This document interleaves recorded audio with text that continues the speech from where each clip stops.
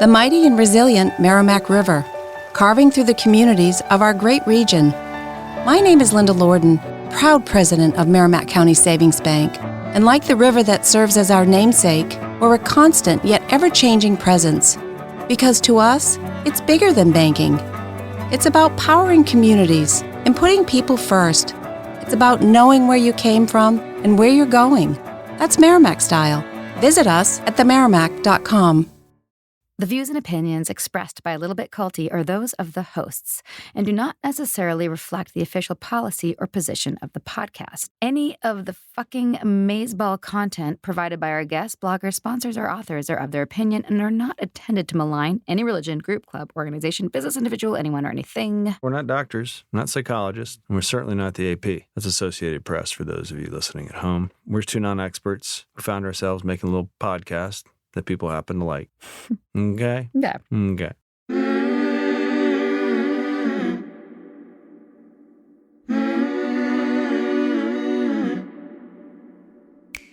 Hey everybody, Sarah Edmondson here. And I'm Anthony Ames, a.k.a. Nippy, Sarah's husband, and you're listening to A Little Bit Culty, a.k.a. ALBC, a podcast about what happens when devotion goes to the dark side. We've been there and back again. A little about us. True story, we met and fell in love in a cult. And then we woke up and got the hell out of Dodge. And the whole thing was captured in the HBO docuseries The Vow, now in its second season. I also wrote about our experience in my memoir, Scarred, the true story of how I escaped NXIVM, the cult that bound my life. Look at us, a couple of married podcasters who just happen to have a weekly date night where we interview experts and advocates in things like cult awareness and mind control.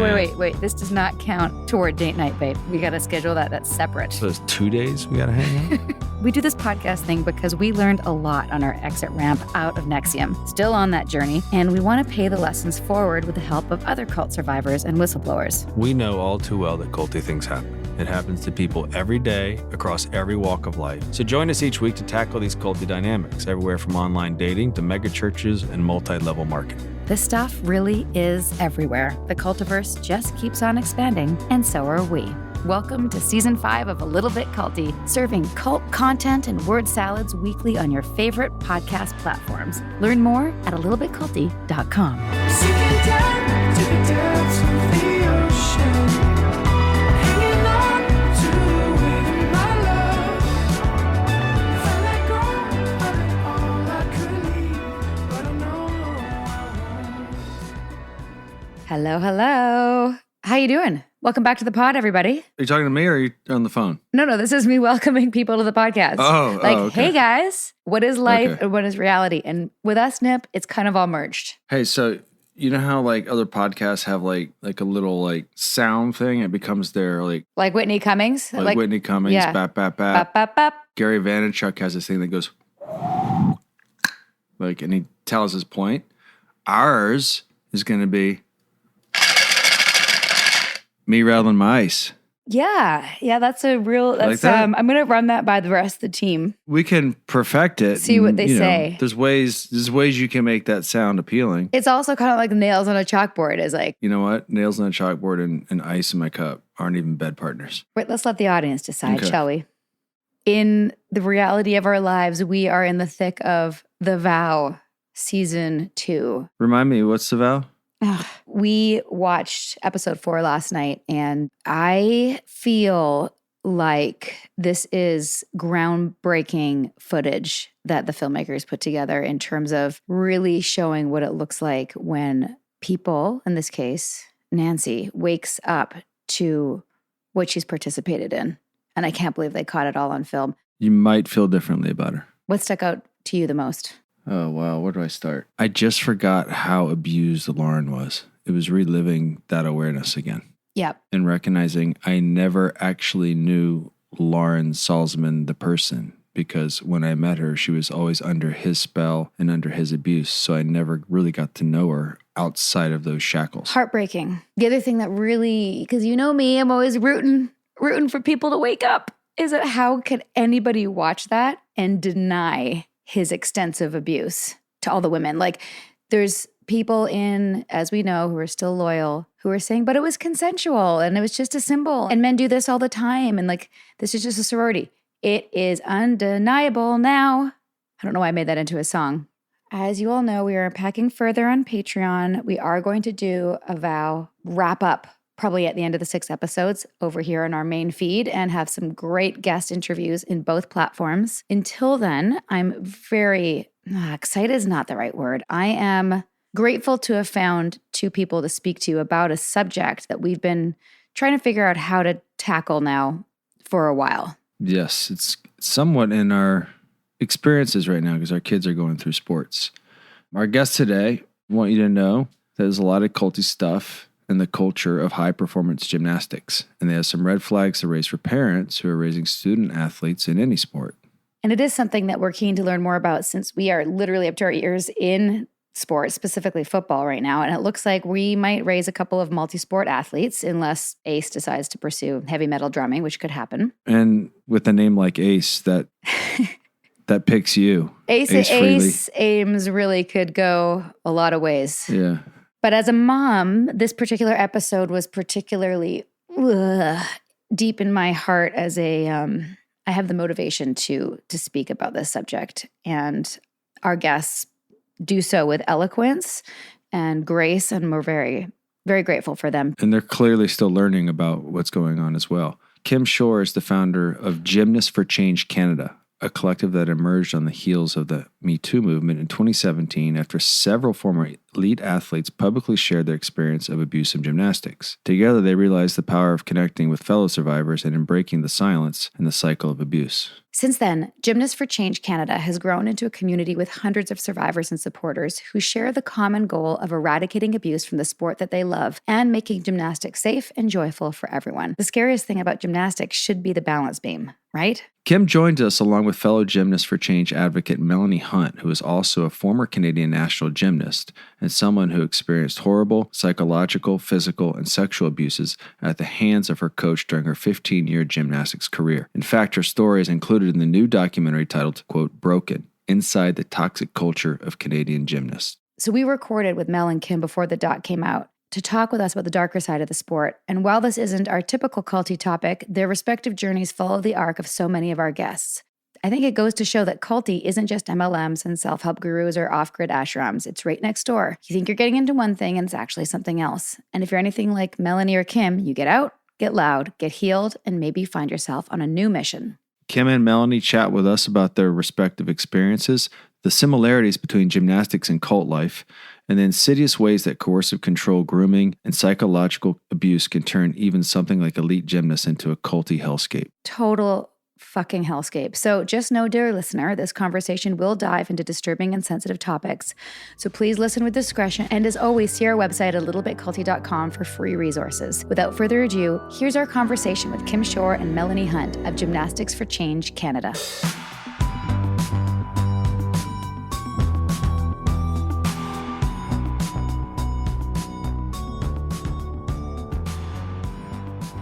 Hi, Mel and Kim. Welcome to Little Bit Culty. Thank you so much for having us. Yeah, great to be here. So Nippy and I first connected with you a few months ago when we first moved to Atlanta, and a lot has happened since.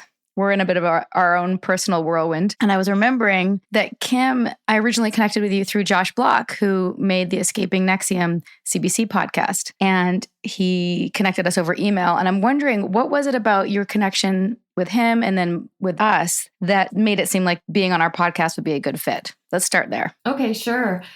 I think when I was listening to Josh's production of the Escaping Nexium podcast, I was so struck by the similarities between your experience and what it was like in some of the more extreme gymnastics centers around the country.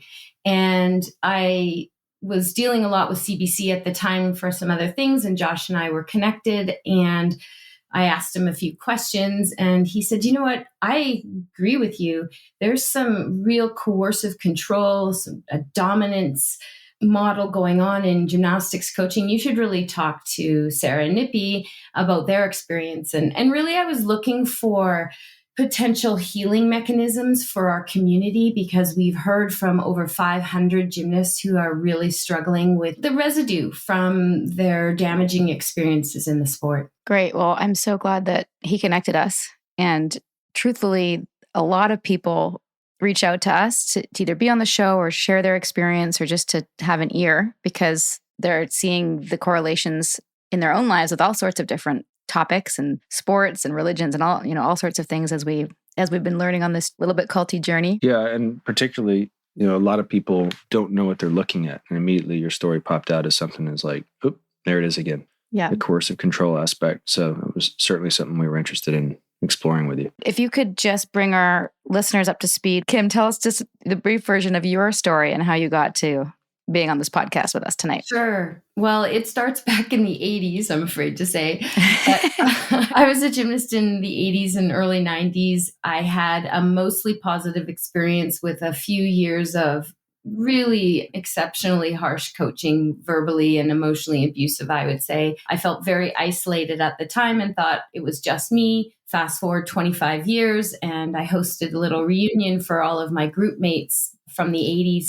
And I was absolutely blown over by how many of them said, oh no, I was the one that was hated by the coach. I was the one that always got yelled at. I was the one that was forcibly overstretched and overtraining all the time. And we realized that it was all of us, but we were so siloed in our own shame and our own, I guess, lack of understanding that others were going through the same thing, that even though we trained like 30 hours a week together, we didn't realize that. And yet we were also incredibly close because we felt, I think, now we're looking back, that we were in survival mode the whole time. And that wasn't my whole experience. I had some wonderful coaches. Fast forward yet again, another 20 some odd years, and I had a daughter who desperately wanted to do gymnastics. She begged me to put her in, and we kept refusing because I wasn't sure what the right decision was. And she one day yelled at me, I'm tired of trying other sports. Why won't you teach me a cartwheel? I know you know how, mommy.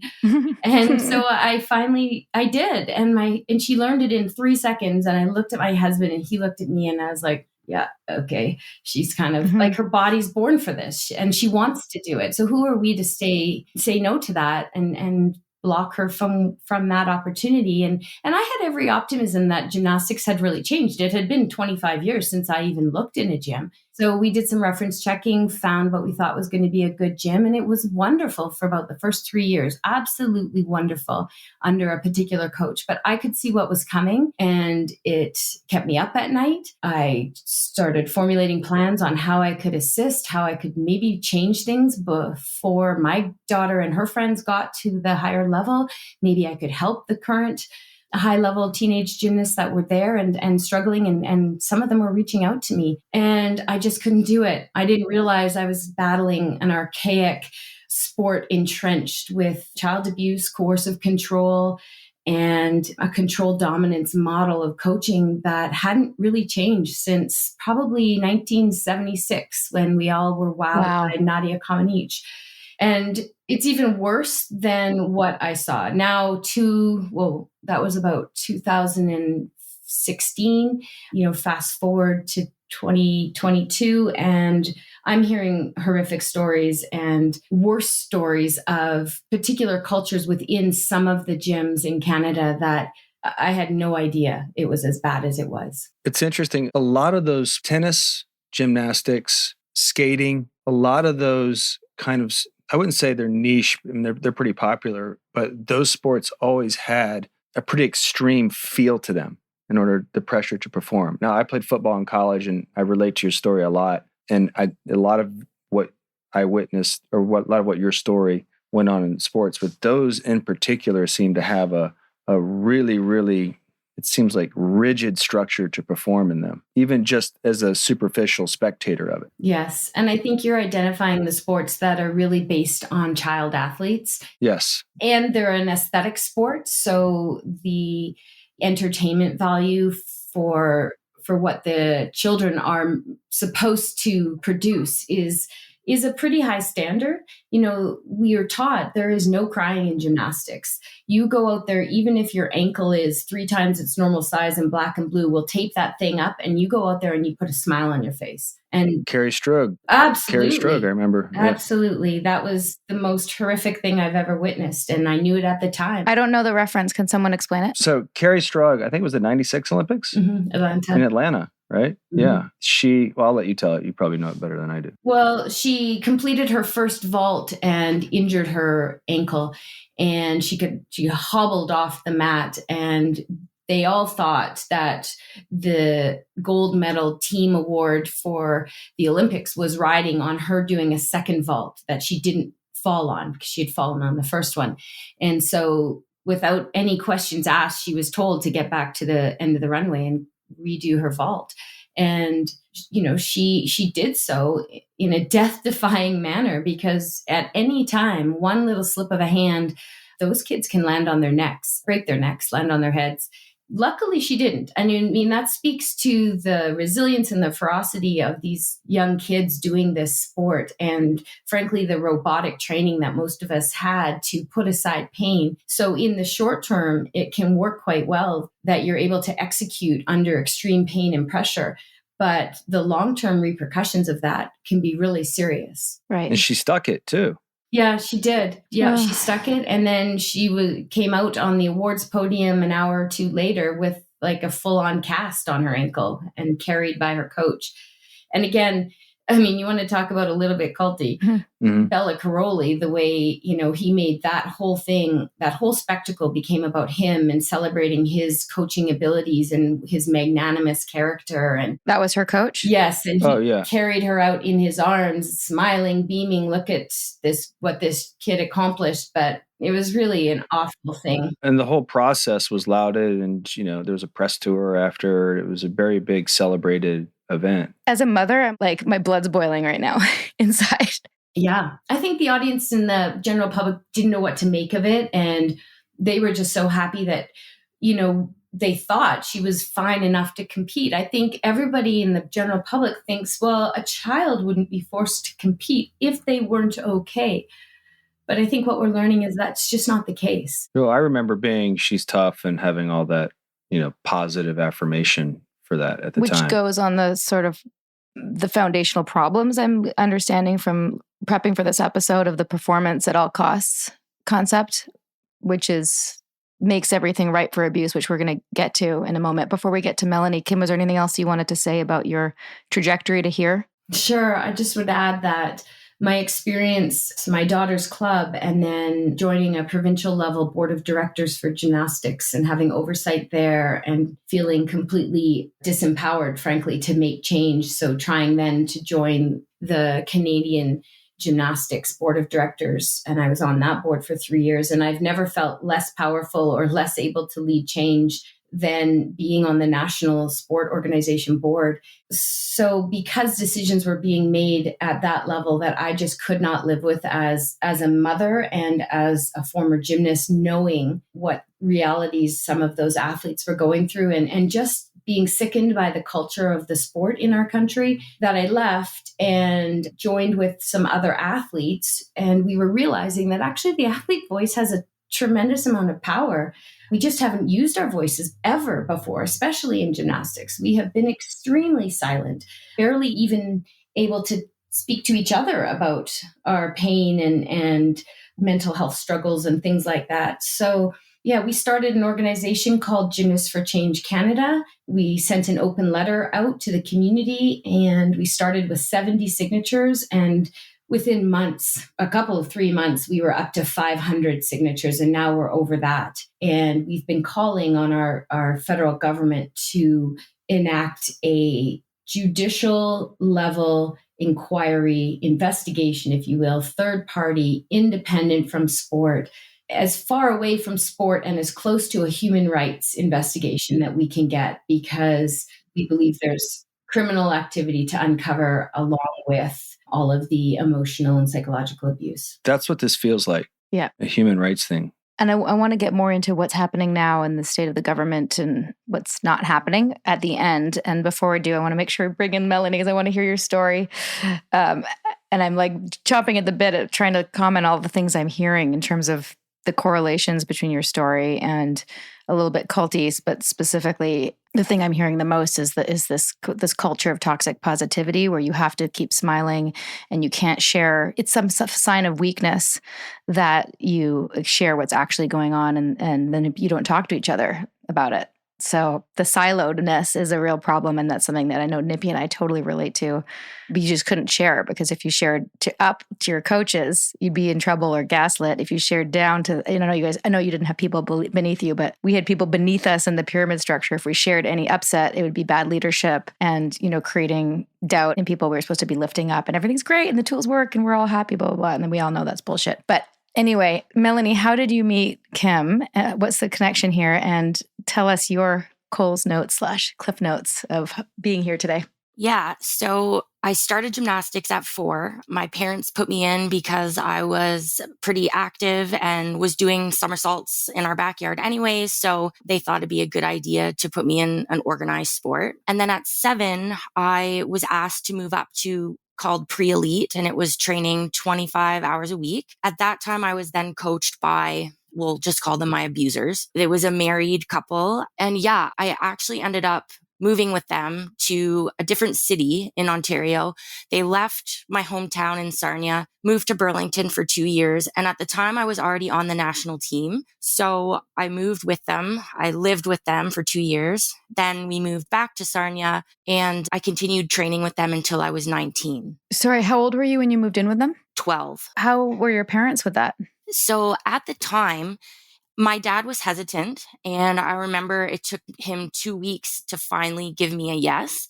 I was in grade 7 at the time, and I had to finish out the school year. So 2 weeks, and then summer started, and he finally allowed me to go. But in retrospect, I mean, that was kind of the start of it all in a way, because I was living with my coaches and the control just got out of control. Mm-hmm. Can you tell us a little bit about that? Like what type of control was being exerted? Yes. So I always say to people, like, I was abused in every way, but what sticks with me the most is the psychological control that he exercised over me. I left the gym eventually with his voice in my head constantly. I couldn't make a decision for myself because he made all the decisions for me in terms of makeup, how I should style my hair, what kind of clothes I should wear, what gym suits looked best on me. It was everything. It wasn't just gymnastics anymore. It was my personal life. So yeah, it's hard to explain to people who have never been in a cult before. I'm glad you guys can like actually appreciate, what that would have been like, because it was exhausting. And unfortunately, this is kind of going a bit further, but the line crossed in sexual ways. And it was a very hard kind of situation to navigate because I felt like I had to always keep my male coach happy and pleased. I could sense what type of mood he was in just by looking at how he walked from the car to the door of the gym. And it was my responsibility to make him feel better, cheer him up. But at the same time, my female coach hated me for it, outwardly hated me for the fact that he would spend more time with me. He would drive me to and from school every day. I think she knew that there was more going on than that. And so it was very hard because I still wanted to continue with gymnastics. I was on the national team. I wanted to go to the Olympics, but I felt very trapped in this toxic relationship and world where I wasn't happy and gymnastics stopped being fun, but I felt like it was something I had to do and I had to keep him happy and somehow tiptoe around the fact that I knew my female coach hated me and was outward about it. It was not good. So I have a question about optics here. What is the incentive for them? Is the incentive for them to help you get to the Olympics, or was the incentive there to have you, to abuse you? Like, what did you feel was motivating them? That's a great question. That's something that I try and process every day with my counselor. At the time, it felt like I was special. He made me feel like I was special and, I was talented and I could get to the Olympics. But I mean, I have other examples of things that don't have anything to do with gymnastics. So, I mean, one Valentine's Day, he gave me a Valentine's Day card. And on the front of it, it said, "Be my Valentine." And then I was also given a letter that, listed all the reasons why he loved me. And I remember the first time he told me he loved me, I was 10 years old. And so it was very strange because on one hand, he was very much my coach and I was very much his gymnast. But then on the other side of it, it crossed the line into this inappropriate relationship that it should have never gotten to that. This is the golden age of cult recovery. The more we speak up and share our stories, the more we realize we are not alone. Your voice and your story can empower others. This is Sarah, and I'm proud to be a founding collaborator of the #IGotOut movement. Learn more at igotout.org.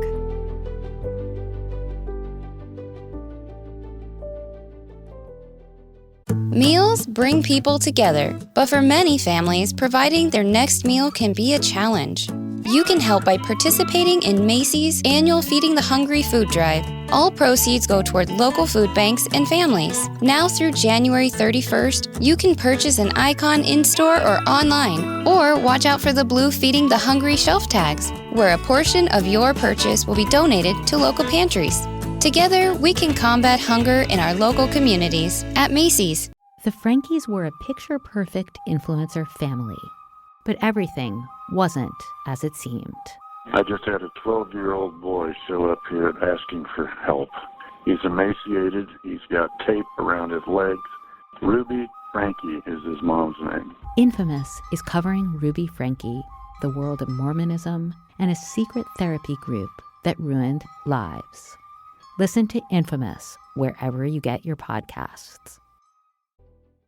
Listen, if we ask you anything that you don't want to talk about, please tell us. Of course, I'm always looking for the correlations between coercive control and culty aspects. The thing I wanted to highlight that it seems is pretty clear is that he was grooming you. And it seems like the grooming started right from the beginning, even before it was sexual.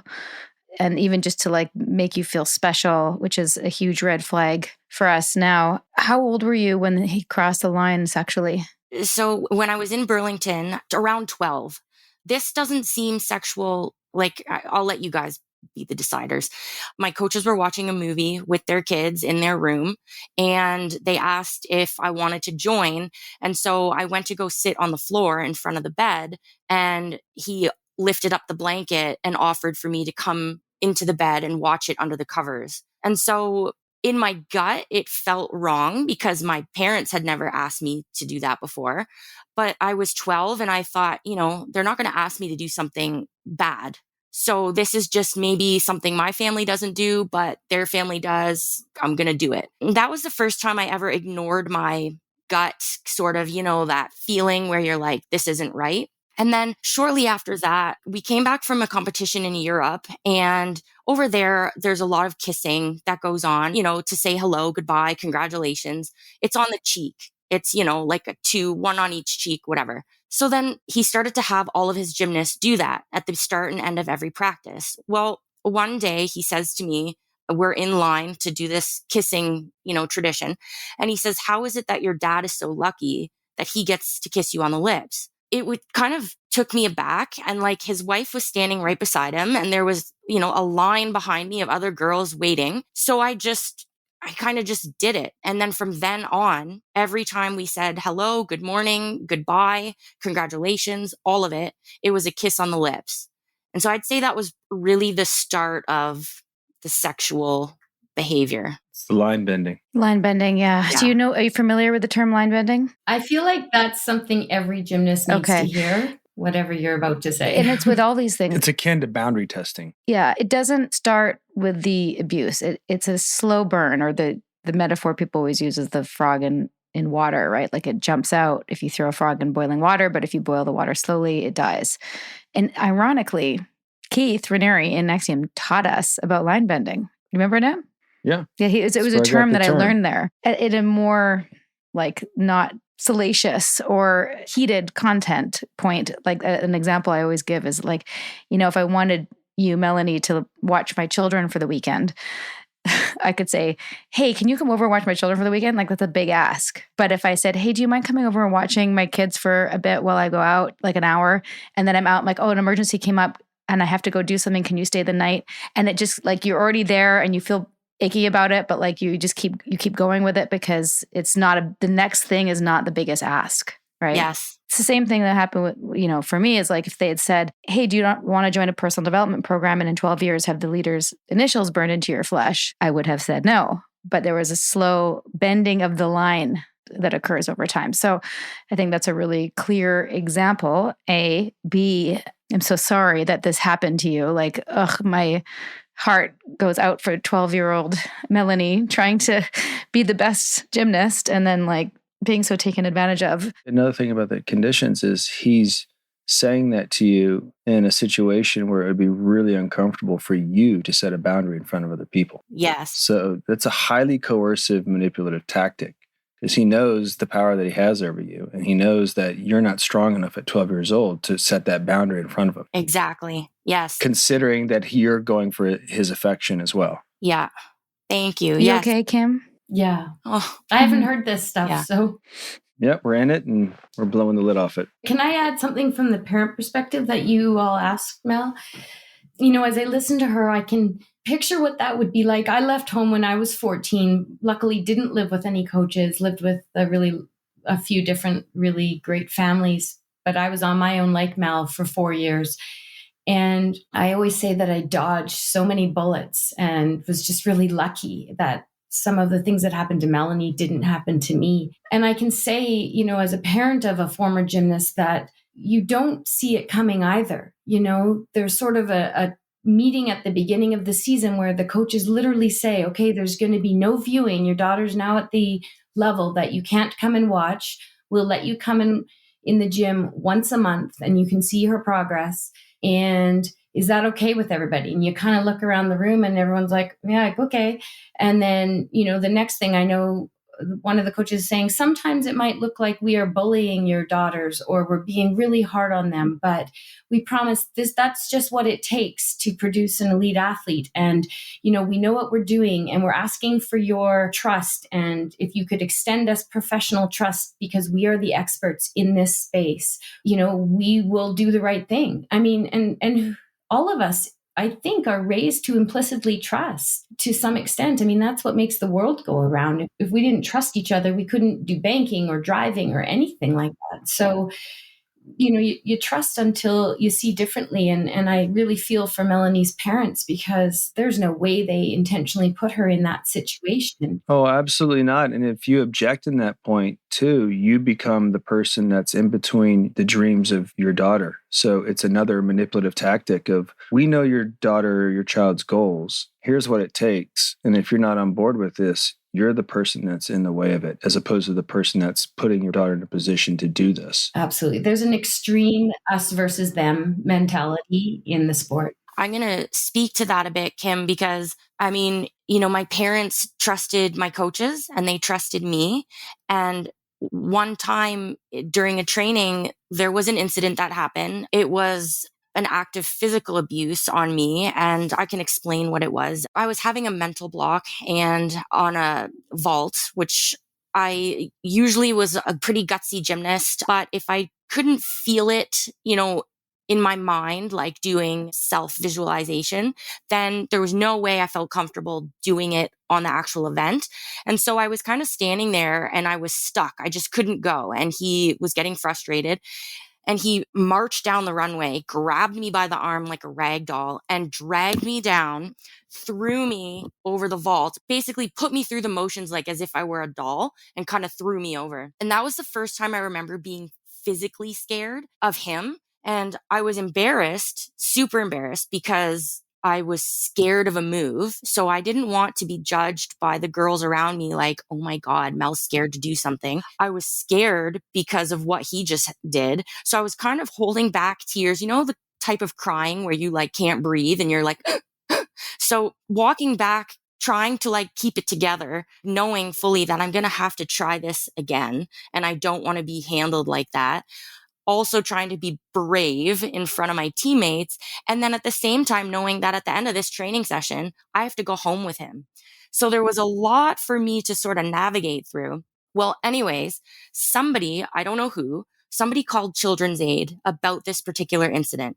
So I don't know how long after, but I got called down from school. They were like, bring your books, come to the principal's office. And I realized it was a social worker that wanted to talk to me about what had happened and also what my home life was like. Are you being fed enough? You know, are your aches and pains being taken care of? Like basically, what's your life like? And the whole time I was sitting in that office, I don't think I heard a word she said. I was thinking about getting back to class and writing an apology letter, which I did. I remember I used a purple pen, and it was basically like, I am so sorry for this. It got blown out of proportion. It's all a misunderstanding. It'll never happen again. Basically just groveling to my coaches, because I was like, oh my God, I don't want them to get in trouble. And so my parents were called. We ended up having a meeting at the gym, and I was flat out asked, is everything okay? What the hell happened? And I lied. I lied because I wanted to protect my coaches and I wanted to continue doing gymnastics. And I felt like the version of me telling the truth would basically end my career. And I also didn't want to, I was so protective of my coaches. I'm going to use a word that's a little bit culty, but like I was indoctrinated. At the time, I would have like died for my coaches. That's how much I was brainwashed. And so, speaking about parents and, how do they not recognize the red flags? Well, they asked me flat out and trusted me to be honest, and I lied. So what more can you do? We've seen that a lot with victims of various cults or coercive control get confronted by the authorities. And even if the inside they're like, help, but outwardly they have to protect their abuser because their whole world is in the hands of their abuser. And the indoctrination specifically is the belief internally that's been slowly built over time. And tell me if this is right, but I'm just imagining that they have the path to your success and that's it, right?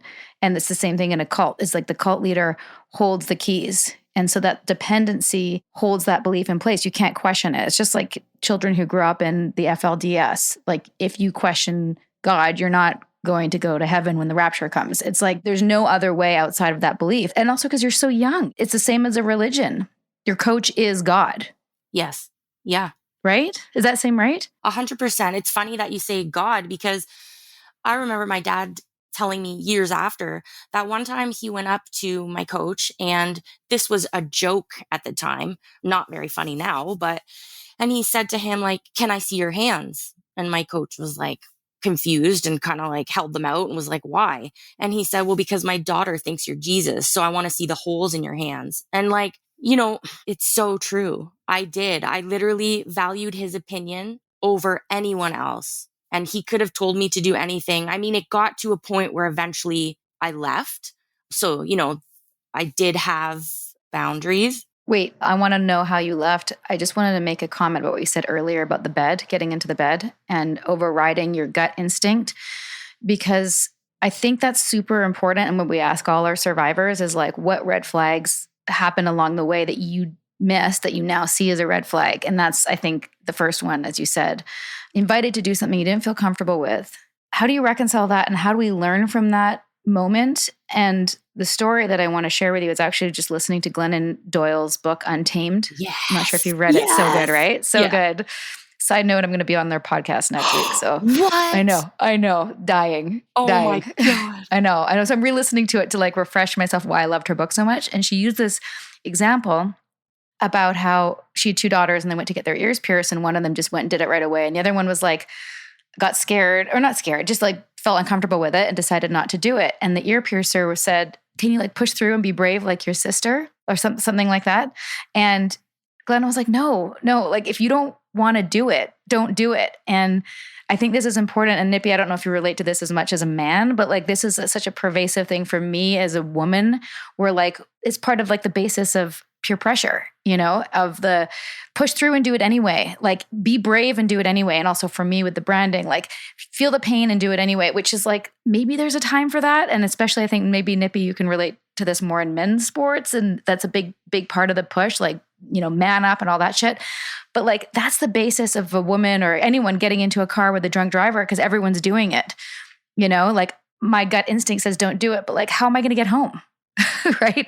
So it's like your gut instinct is saying that's not right. But like to say no is worse.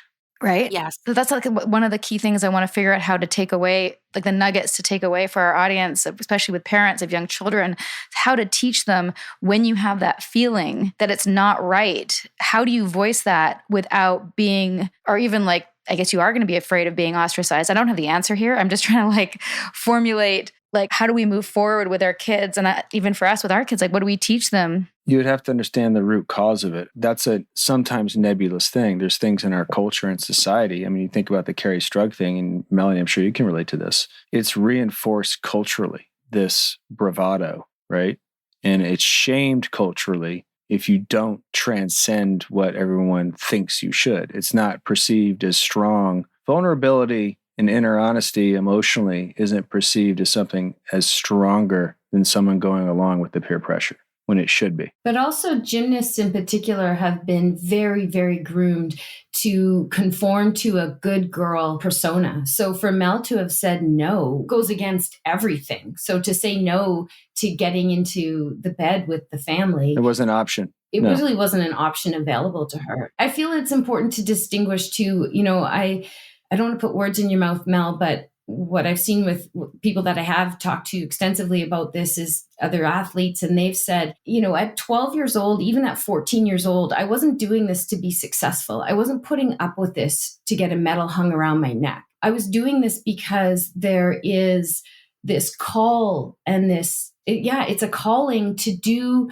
whatever it takes to keep the peace, to manage the harmony, to make sure that my husband and wife coaching team aren't going to get a divorce because of me, that I'm not wasting my parents' money by doing gymnastics and not being really committed to it. Not even just winning. It's to show that I have the work ethic that makes me a valuable human being and worthy of the money and time that's being spent on me. It really isn't about the medal itself. Maybe the distant dream of the Olympics is an appeal, but children aren't thinking that. And so I'm already hearing the rhetoric from the comments in your Instagram feed that are going to say, well, why didn't her parents take her out? Or why didn't she just quit? The other thing that's true about gymnastics, and I don't think Mel and I can speak to any other sport because we've done nothing else but gymnastics.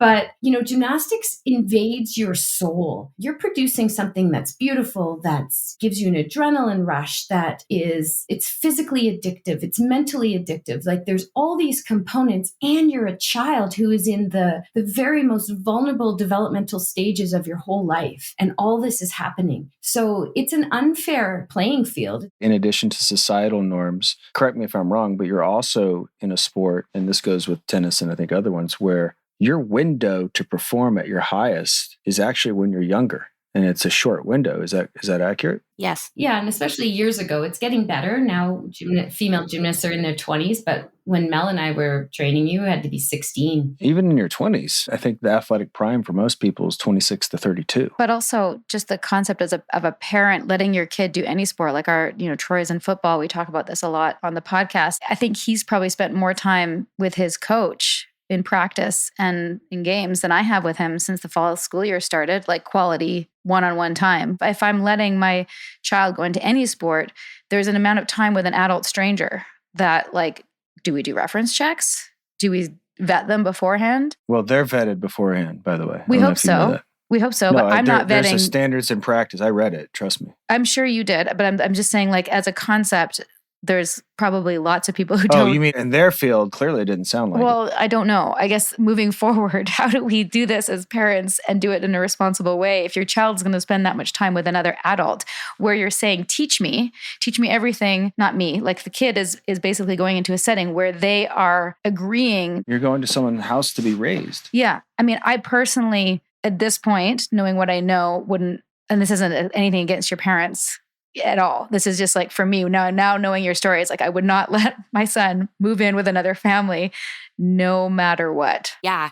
In retrospect, same. I think my parents would definitely agree with that.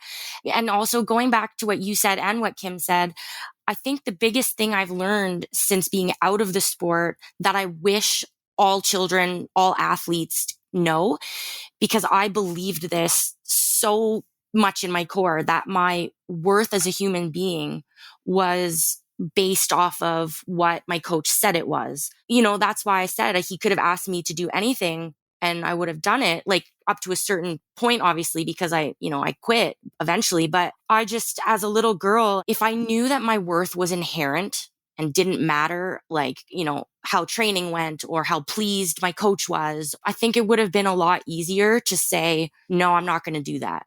because I knew my worth is, and I know that now. It's just for, the first 30 years of my life.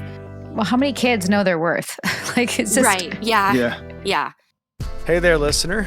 Hope you're enjoying this episode and that you're taking deep breaths when we cover the enraging stuff that cult jerks are up to.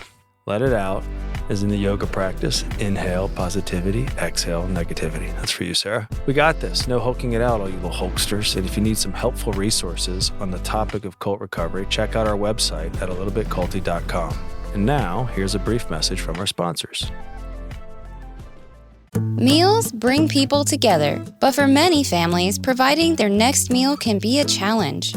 You can help by participating in Macy's annual Feeding the Hungry food drive. All proceeds go toward local food banks and families. Now through January 31st, you can purchase an icon in-store or online, or watch out for the blue Feeding the Hungry shelf tags, where a portion of your purchase will be donated to local pantries. Together, we can combat hunger in our local communities at Macy's. This episode is sponsored by BetterHelp. What are your self-care non-negotiables? Maybe you never skip leg day or never miss yoga. Maybe it's getting 8 hours of sleep. I mean, that's my personal and everyone's dream, isn't it? Well, I definitely have some non-negotiables. Like, I'm in Vancouver right now, and I'm spending literally as much time as I can outside in nature. Hashtag cold pools, hashtag crushing it. Nature is a non-negotiable. Not enough time in the fresh air and the trees around me, and I start to feel not great, not myself, not grounded. Therapy day is a bit like my nature walks. I try to not miss it, and I know I'm just going to feel so much better all around if I make it a priority. I get so much out of it. It helps me put my worries and anxieties in their rightful place and helps me clear my mind so I can focus on what I really need and sometimes what I don't need. Like, I don't need to be overbooking myself just because I hate to say no to people. You know what I mean? Thanks, therapy. Thanks for helping me see that. And if you're thinking of starting therapy, give BetterHelp a try. It's entirely online, designed to be convenient, flexible, and suited to your schedule. Just fill out a brief questionnaire and get matched with a licensed therapist and switch therapists anytime for no additional charge. Look, even when we know what makes us happy, it's hard to make time for it. But when you feel like you have no time for yourself, non-negotiables like therapy are more important than ever. Never skip therapy day with BetterHelp. Visit betterhelp.com/culty today to get 10% off your first month. That's BetterHelp, HELP.com/culty.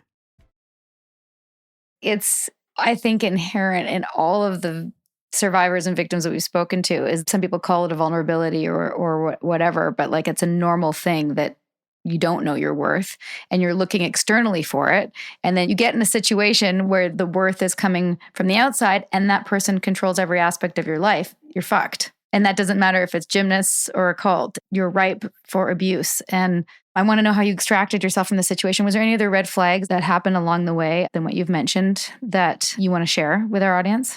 Yeah. I mean, eventually, yeah. So I mentioned the Valentine's Day card, I think, in the letter. I mean, those were two really big red flags. At that point in my gym career, I was kind of balancing a lot. And I ended up one day at training, I remember like it was yesterday. I have a history of self-harm and my coach actually was aware of that. And I don't know, I was getting in trouble for something just for being the most negative person he's ever met in his entire life. And I just, I could feel myself going into like that space where I wanted to punish myself because of all the shame I felt for, being 19 years old and still having issues with negativity because, that was a common theme. And I walked over to where one of the bars were and they're held in the ground by cables and one of them was frayed and I knew it was frayed. And I walked over there and I just intentionally ran my arm down it. And as soon as I did it, I kind of snapped out of this trance I was in and was like, I'm done. This isn't worth it anymore. It's not worth it to my health.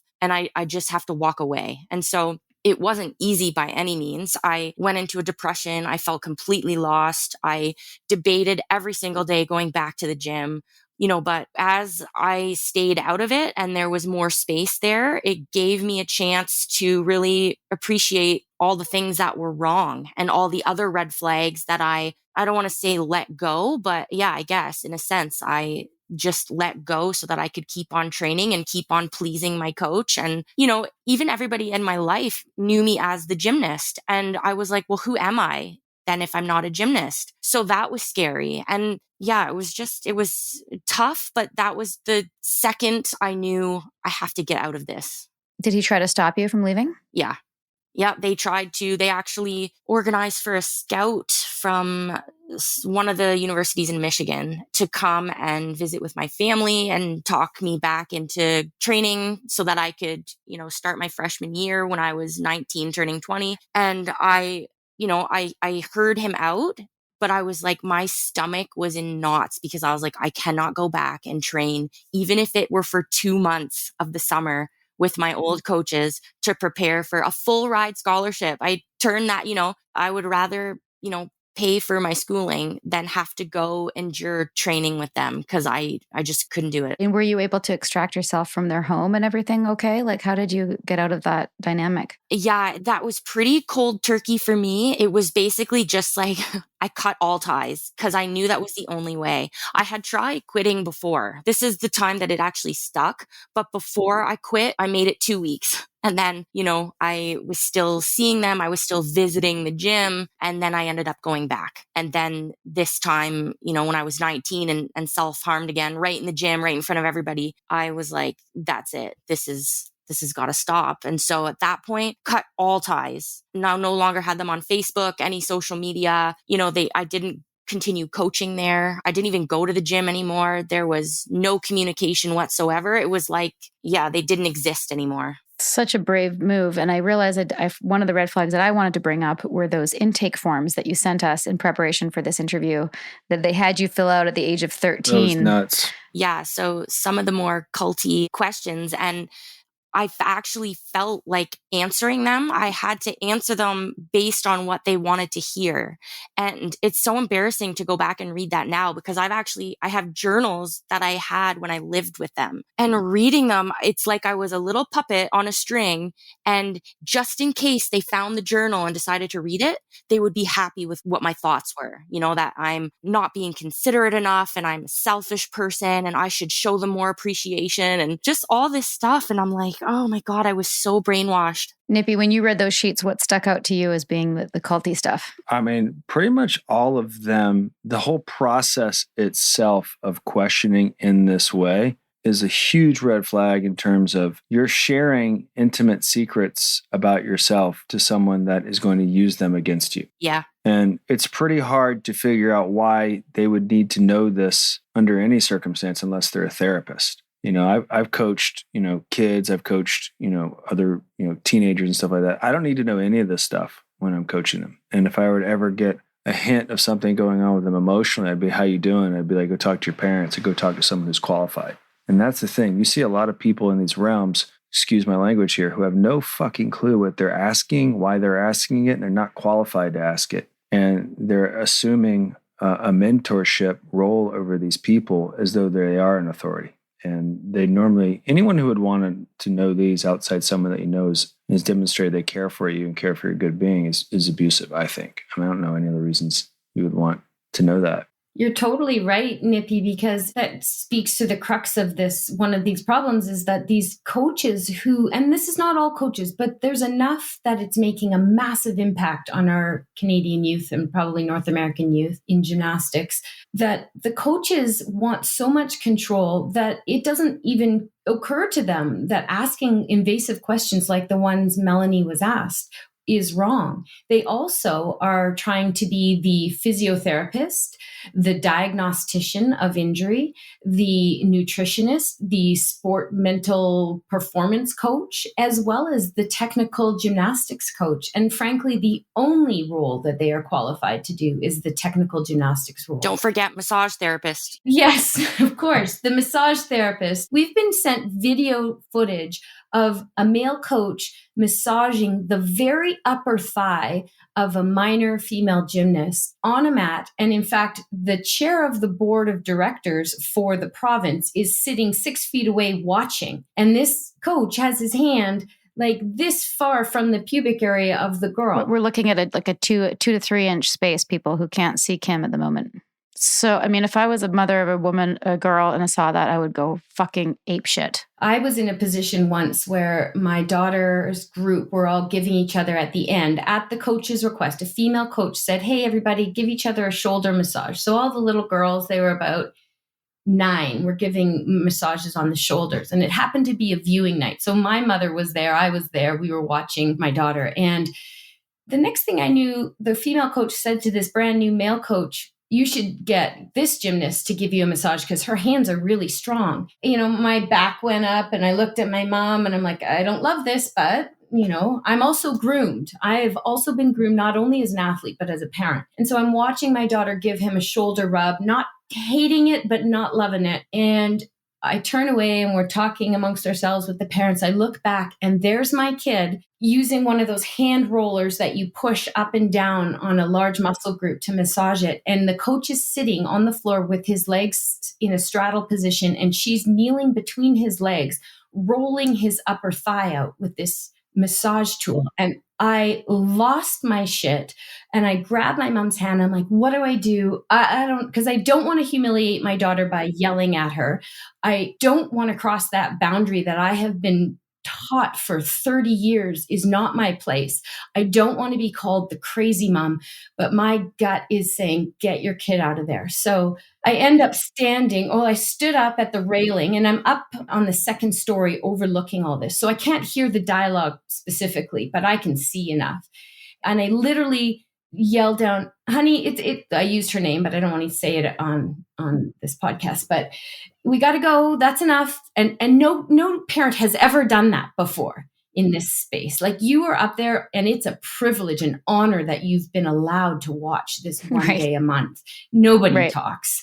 And so I'm there going, time to go. Yeah, time to go. And I'm like looking like an absolute panic attack is about to take me on. And afterwards I said to her, did you see me up in the balcony? And she said, yeah. And she said, you've never done that before. I said, no. Do you know why I was so agitated? And she said, because I was giving him a massage. And I said, yes. And more specifically, do you understand what was different about the shoulder massage you were giving your teammates versus the leg massage you were giving your coach? She said, yes, because I was very close to his private parts. So she knew. How old was she? 9, 10. I can't really remember exactly, but young. And so we had the whole talk about boundaries and appropriate behavior and her ability to say no, which, was very underdeveloped at age 9 or 10. And a few months later, actually, he said to her, come over here. I need to fix your ponytail. Your hair is too messy.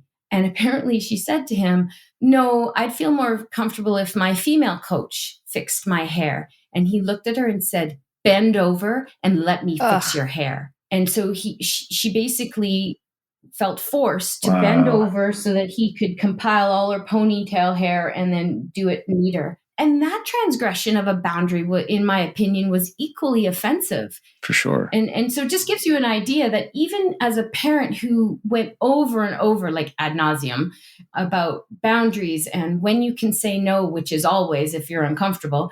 And I mean, I tried. To this day, my kids roll their eyes every time I try to say anything because they've been so overcoached, if you will, but they're still vulnerable. It's so hard. Like I was struggling this with our 8-year-old too. Like, he's starting to have a little bit of attitude and like, I just want him to, as most parents, we want him to listen, but I don't want him to be obedient. It's such a struggle for me to find that line. Don't you think, Nip? I think he's going to be all right. I think he's going to be fine. But like, I struggle with that as a mother. It's like, I don't want him just to do it because I said it. I don't want him to mouth off to me. But all of these situations, they really reward the obedient child or the obedient student in our case. If you're not a sheep, you're a problem. And I don't have an answer to that, which brings me to Melanie. Is there anything else you want people to know in terms of how you left and how you're healing? Advocacy is part of your healing, I'm imagining. Definitely. Yeah. So I didn't get help right away, which, I feel like if for anybody else who's kind of going through something similar, I was ashamed to get help because we're so taught that like, you're strong, cry on the inside like a winner, just handle it. I figured because I was out of the gym, it was done. That part of my life was gone and I was just going to bury it, done. And then, nightmares started happening and anxiety and depression. And I was angry all the time. And so I eventually got help, which has been amazing. I've been processing everything. What actually kind of forced me to get the help is one of my former teammates called the police at the height of the Me Too movement and basically told them what she had witnessed. And then I got a call from the police, and it kind of spawned this whole criminal trial, which unfortunately my coach was acquitted.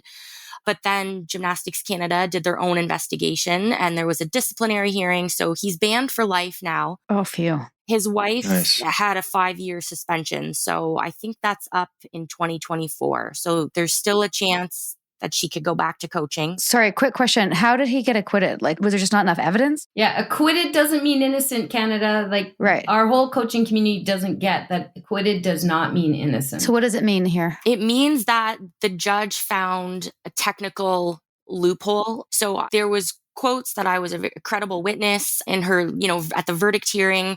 Honestly, she ranted for about 20 minutes about all my accolades and how I was a credible witness. And I thought for sure it was going to go in our favor. And then she started talking about, my coach, and it has to be beyond a reasonable doubt. And there unfortunately was a connection between myself and the lead detective. And that was used basically to acquit my coach Oh of the my charges. God. So yeah, very, very unfortunate. Jeez, I'm so sorry. At least he's banned, which is good. Yes, he's banned. So yeah, that's where back in March, the open letter from Gymnasts for Change Canada came out. I signed it, and, I was very intrigued and thought, oh my God, I'm not alone.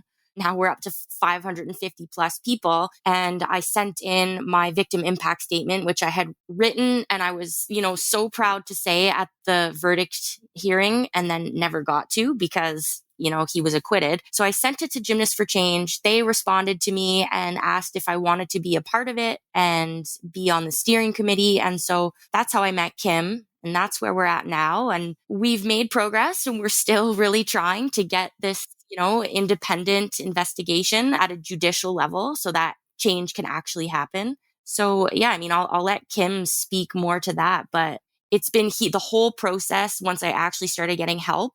And a big thing was that my abuser is being held accountable, and it's not a dirty little secret anymore. It's kind of out in the open, and hopefully it can save other young athletes from being in the same position. I sure hope so.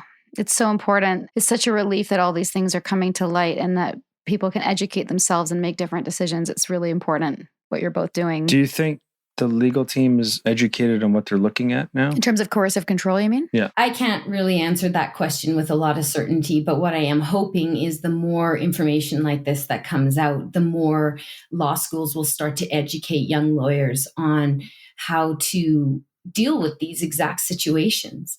I think there's a real sensitivity around abuse now. People are more aware that it's out there, but how do we question about it? What do we accept as credible or truth or believability? Those are still really difficult concepts to put into a box. So I'm not really sure, but what I do know is that Gymnasts for Change is continuing to push. We're hoping and practically begging the Canadian government to have a closer look at this. Canada has a legacy of not protecting their children. We have some horrendous history of residential schools for our Indigenous people, and children were at the center of that victimization. It's horrific. Yeah, and I think the legacy of abuse that has happened in sport, and some sports are worse than others, some gyms are worse than others. There are people doing it beautifully and correct and safely, and there are people like what Mel described. Those people are there too, and they exert a ton of control over the entire coaching community. We know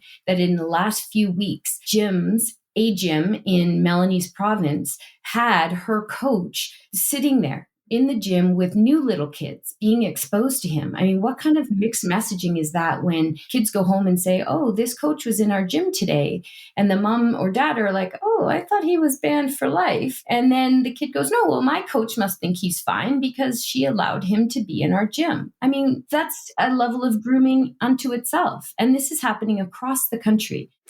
So today we have a letter that's gone out to our federal sport minister. It's probably our most detailed and graphic letter because we've been pushed to that point where we've had to expose details about abuse that has been told to us in a way that we had hoped we wouldn't have to. I mean, if they had answered our call 8 months ago for an independent judicial review, none of this would have to be public.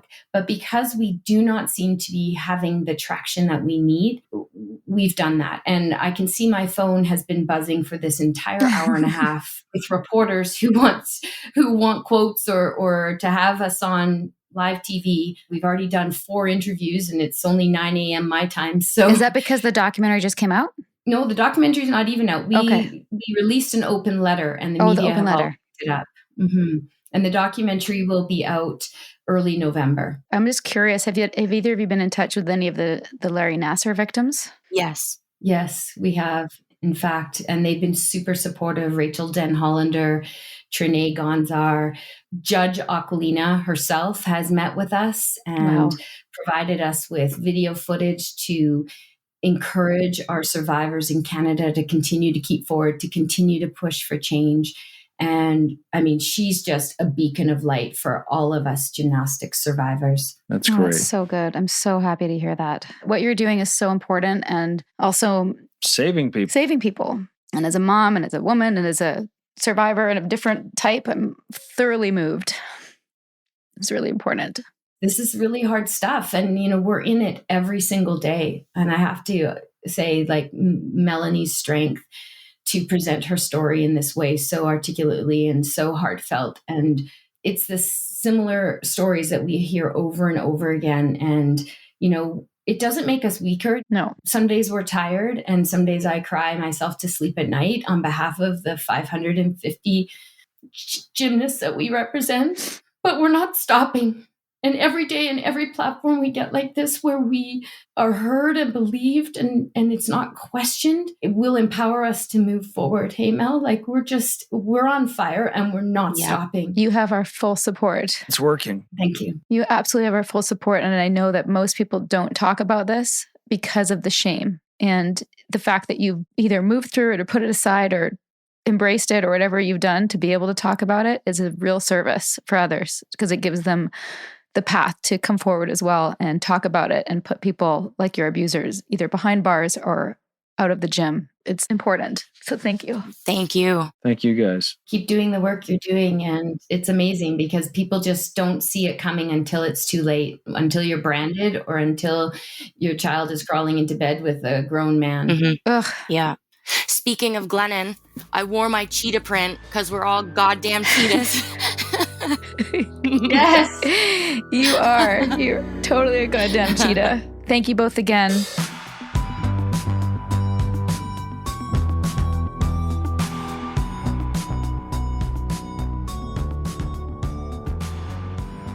Wow. Oh, man. What'd you think, Nippy? I have a chaps my ass right out of the gate. Okay, hit me. Well, I was thinking about the Carrie Strug thing. We had an experience kind of recently where all that bravado and all that stuff is totally reinforced by our culture. And the fact that there's an ecosystem that supports it. And when you call it out, even people that agree with you are silent about it. Yeah. I actually was debating whether to say something on this podcast about what happened. Can I say it? Yeah, absolutely. So we were at a football game, one of Troy's games. Keep in mind he's 8. The kids are 8 and 9. And at the break, I think it was a tie game. It was a tying game. And at the halftime, I walked around the field to use the washroom at the concession stands, and I heard the coach yelling at the kids. Now, keep in mind this, I recorded this episode and then this happened. And I'm not talking about like, go, go, go, like get out there and you got this. It was berating. It was name calling. And I actually don't recall the exact words, but it was a tone of, you know what about it, and you think you're going to like it was just so aggressive. It was bad. It was bad. And I actually turned to like see if anyone could see it. There was some grandparents. Keep in mind, this is the other team. These are not yelling at my kids. These are kids I don't know. And I turned around and I saw a woman who was like, you know, like definitely one of the grandparents. And I said, is this okay? Are you okay with this? And she goes, no, that is too much. And her husband beside her, like old school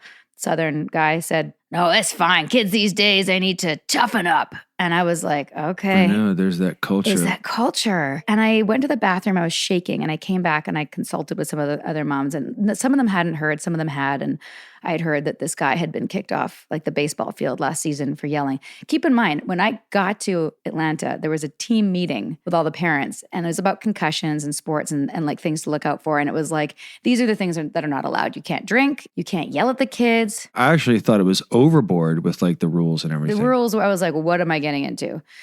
Anyway, all this to say, I had to say something. After everything that I've gone through, I felt like I couldn't just sit on my hands. No, I was glad you did. Thank you. My mistake, though, is I was trying to sort of say it to him privately, and I tried to, but then one of the other coaches kind of like walked up as I was saying it and heard it. And I think I embarrassed him. But I said it in a way that was like he shook my hand and goes, good game, even though it was a tie. Good game. I'm like, yeah, good game. But like that, like I think the yelling is a little much. And he's like, excuse me? And I said, I just feel like these are little kids. You're going to ruin the game for them. And they're going to feel terrible about themselves. And I think it's like borderline abusive. And he said something about, well, you don't know me. And they know that I'm doing it just to get them going. And I, afterwards, I'm really loving with them and I'm kind to them. And in my head, I'm going like, you're going to turn them into psychopaths. That's even worse. It's worse. After everything we've learned, especially with Alexander Stein, like you abuse them and then you're nice to them. Like it's just heartbreaking. And I felt like I crossed a boundary with some of the other mothers agreed. Some of them didn't. And it's never going to be perfect, right? Yeah. You're challenging an ecosystem of abuse and other people don't want to feel like they were complicit. And so you have two things going on. You have to address the abuse and then you have to address the compliance of people that you're bringing to their awareness that they're compliant and they don't really want to readily own that. Yeah. And I said to him and other people who kind of like, got into it. I was like, especially some coaches on our team were like, yeah, I've been yelled at like that before. I'm like, that doesn't make it okay. Like, this should not be normal. And I said, I'm so glad that you're on the same page as me, Nip, because I was like, if Nippy's not. No, I didn't like it when it was done to me. Yeah. It was done to me. Look, it was done to me way worse by the time I was 15. I didn't like it, but I thought I couldn't say anything. Yeah. And I witnessed way worse. Yeah, I would have pulled him. If that had happened, this is where I feel like I should have done more. Granted, there was a fence between us when this happened, but like if somebody like that was yelling at Troy, I would have marched into the field and pulled him off. I would be like, no, that's not. You would have been pulling me off someone. You would have gotten physical to protect him? Is that what you mean? You wouldn't have made it on the field before I would have done something. Okay, I gotcha. Yeah, I gotcha. Well, I'm glad we're on the same page. Anyway, we're going to talk more about this over on Patreon. Before we sign off, don't forget to see our show notes for more information on Gymnasts for Change Canada and their website and resources on all that important stuff. Lots of bonus content, including our little trip to Albany was documented on my iPhone. And we're processing season 2 of The Vow in depth when we aren't, screaming at the TV. I know, sir. You got to watch that anger. Apparently my angry voicemail they're making it into like a voicemail because it's not a voicemail, a ringtone. A voice meme? A voice meme. Yeah. It's famous. Wake up. Wake the fuck up. I hear plenty of that. Okay, everyone. Thank you for listening. Let us know what you think of the episode over on the Patreon or the Instagram, the social meds, and we'll see you next week. Bye for now. Sinking down to the depths of the ocean. I'm hanging on to the weight of my love. If I let go of it all, I could leave, but I know I won't. Hope you like this episode. Let's keep the conversation going and come hang out with us on Patreon, where we keep the tape rolling each week with special episodes just for Patreon subscribers and where we get deep into the weeds of unpacking every episode of The Vow. And if you're looking for our show notes or some sweet, sweet swag or official ALBC podcast merch or a list of our most recommended cult recovery resources, visit our website at alittlebitculty.com. And for more background on what brought us here, check out Sarah's page-turning memoir. It's called Scarred, the true story of how I escaped NXIVM, the cult that bound my life. It's available on Amazon, Audible, narrated by my wife, and at most bookstores. A Little Bit Culty is a Talkhouse podcast and a Trace 120 production. We're executive produced by Sarah Edmondson and Anthony Nippy Ames, with writing, research, and additional production support by senior producer Jess Tardy. We're edited, mixed, and mastered by our rocking producer Will Rutherford of Citizens of Sound, and our amazing theme song, Cultivated, is by John Bryant and co-written by Nigel Asselin. Thank you for listening. So have Exactly. you ever done a show in PVC? Yeah, man. I did a tour in PVC and I regret it a little bit. I do, man. I regret it a little bit. So it's just like, it wasn't very flattering on the top and then my knob was showing the whole time. Moving right along. Anyway, moving along. Mum's like, I don't want to talk about your knob. I don't want to talk about your Not right now. Not right now. I'll do it after the cameras are off. So yes, you will. Billboard chart-topping singer and songwriter Youngblood joins the Osbournes podcast. Listen now wherever you get podcasts